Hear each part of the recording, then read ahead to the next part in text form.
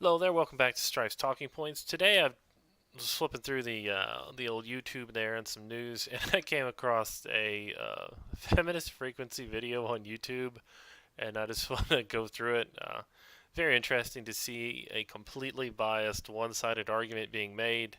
And in this video, you'll see Anita Sarkeesian, Carolyn Petit, maybe Pettit, and Ebony Adams. These are your three people. And this is Carolyn. All right, so here we go. Are you ready? I hope you can handle it. Hey everyone!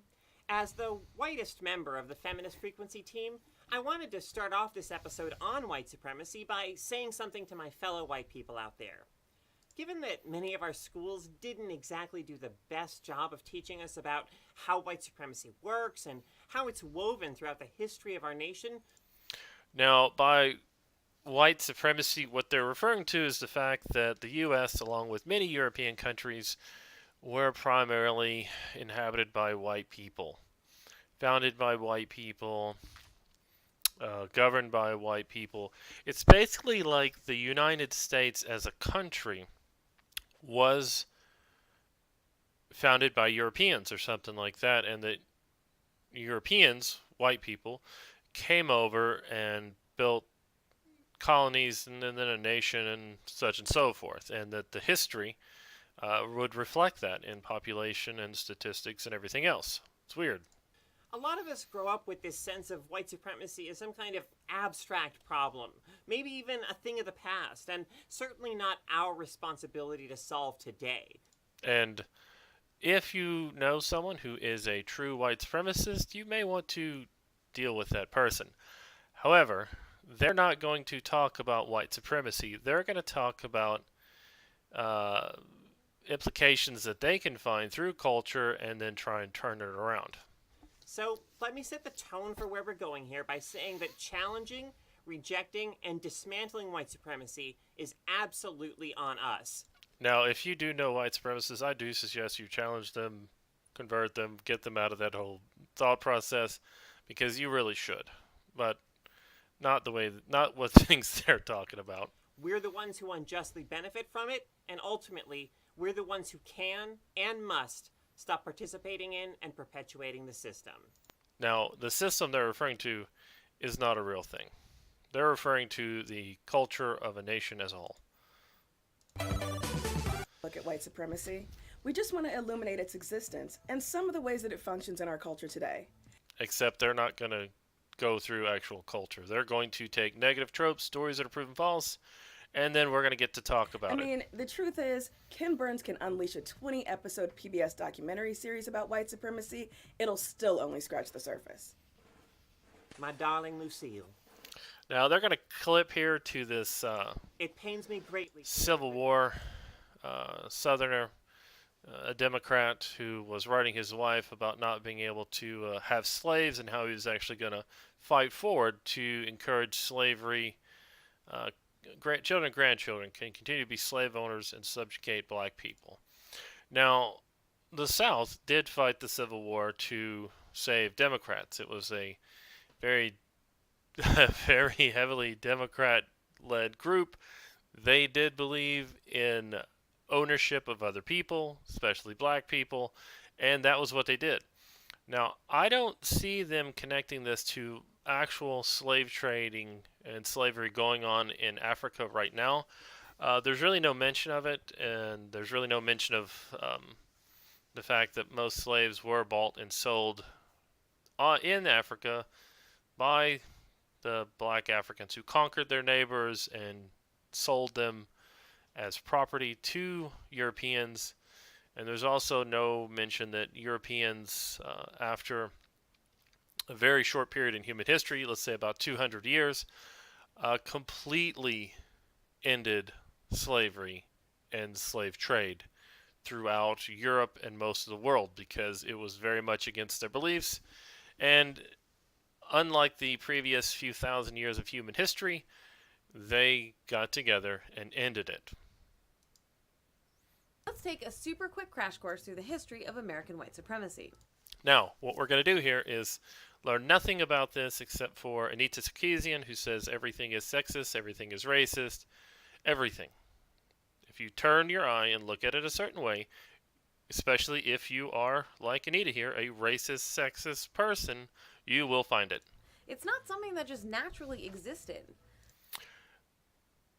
The whole idea that groups of people don't naturally exist to me is very strange. We in the U.S. are currently going through a tribalistic phase where different groups are trying to break themselves into, people of color, homosexual groups, trans groups, identity groups, tribalism. That's what the current move is in a lot of our culture, is to break yourselves into tribes. And as she says, that's not natural to do. Typically, you're broke into national ideas, cultures, large groups of homogenous people, and currently everybody's trying to break us into smaller groups because it needs to be a lot of infighting. Basically, that stuff got imported from Europe. Now, Europe, if you live in the U.S., you live in a country founded by Europeans, a particular group from the UK, from Denmark, from the Netherlands, from France, from Spain, and Ireland. These are your primarily groups here who founded major colonies in the U.S. South America, Spain, and Portugal. Now, we're going to play Europe, along with smallpox. smallpox, the Pilgrims, the people who landed and founded what became the U.S. more or less. And look, a white liberal here. Look at her calling the police on. Pilgrim collars and calling the police on black people barbecuing in your. Now, calling the police on black people barbecuing.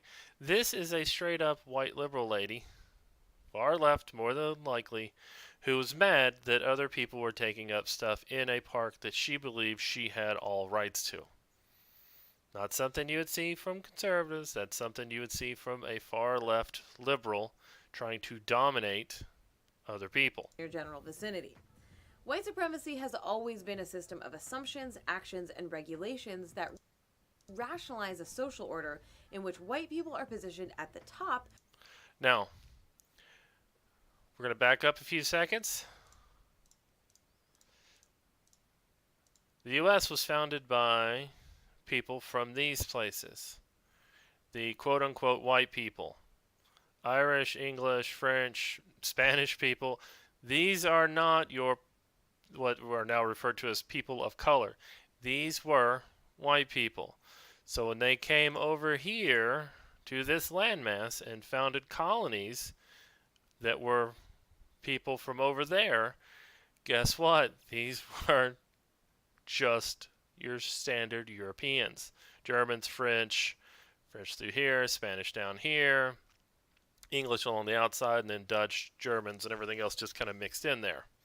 Some black people barbecuing in your social order in which white people are positioned at the top.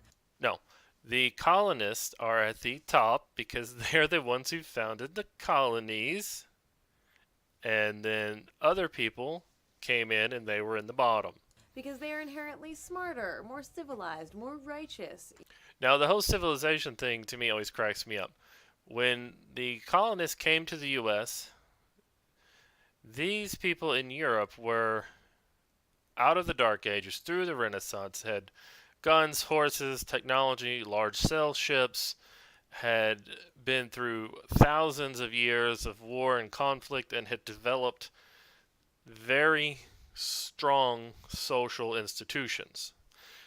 Armies, churches, governments, trade policies, languages, very well developed writing systems, everything.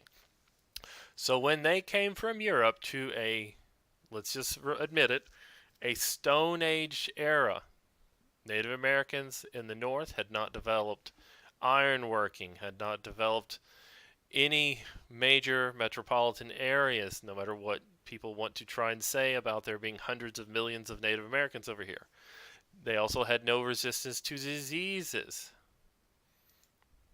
excuse the brutal, inhumane treatment of indigenous peoples and African slaves because whiteness is believed to African slaves. Everybody only focuses on African slaves due to their prevalence in the South. The Irish were sold by the million to Americans as slaves, as indentured servants.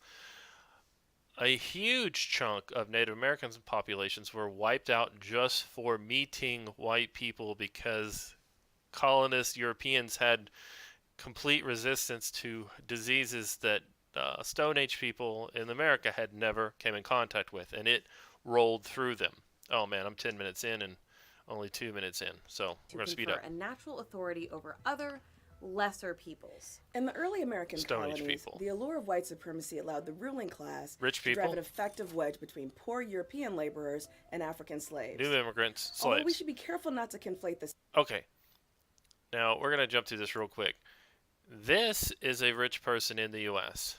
This is an immigrant coming into our country, being given a job. This is supposed to represent a slave. Guy working a job, free man in the country, allowed to buy and sell property, move around, and work on his own time, do his own thing. Rich person, slave.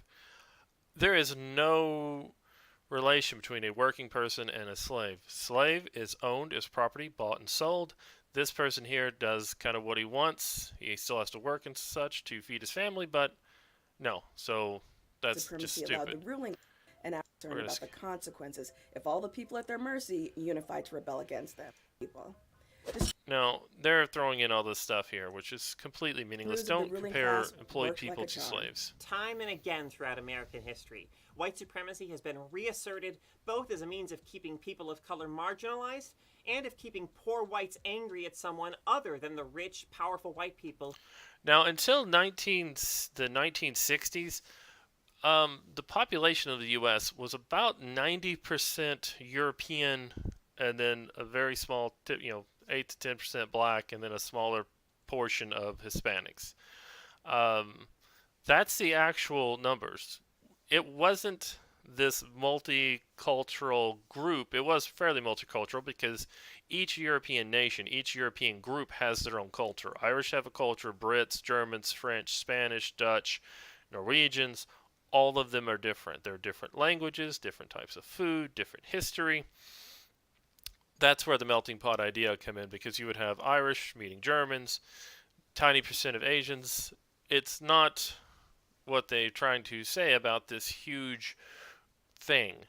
But that's the story you've always got to get out. By the time Richard Nixon was running for president, Oh, And we're going to today, skip through the this. U.S. has by far the highest rate of incarceration racially.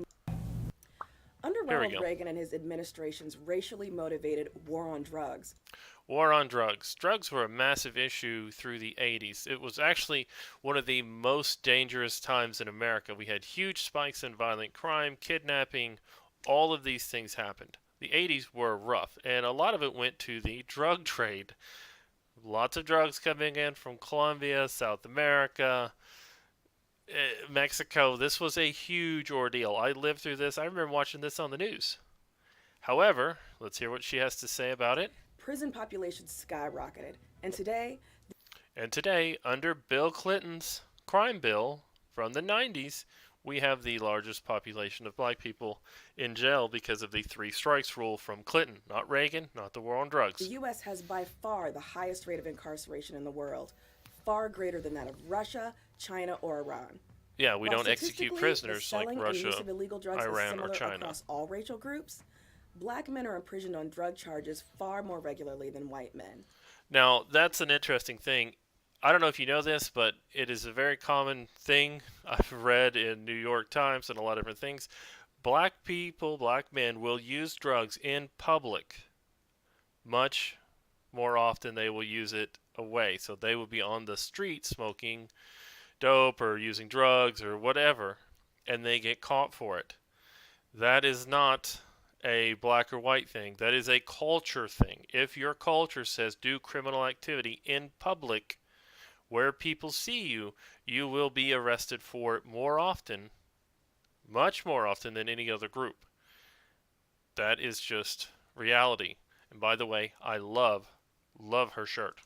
20 to 50 times more regularly in some states. At this rate, fully 1 in 3 young African American men will serve time in prison in their lives. This is not the result of a race-neutral or colorblind justice system. Yes, it is. If you are breaking the law in public rather than doing these things behind closed doors in private, you will get caught for it more often. That is reality. If every video, everything you see about your culture tells you to smoke weed in the street, to use drugs out, to act violently in public, you will be arrested more for it than someone whose culture completely tells them to do the opposite thing. This is not simply the result of poverty, though the widespread Poverty does not cause crime. There is a correlation there, but from what I've read in the past, the thing about crime and poverty is that if you have an area that's extremely high crime, poverty will follow. You can have a poor area that is extremely low crime, but if you have an extremely high crime area, you will always end up with an impoverished area. There are lots of studies out there on that. I'm sorry I didn't link any, but this is a 16-minute video, and I'm going to shut it down here and come back later with part 2. We're about halfway through this video, and again, feminist frequency is generally always really bad, but this shirt she is wearing, it says America, and I want that shirt. Thank you all for listening. I'll be back with part 2 here shortly. Goodbye.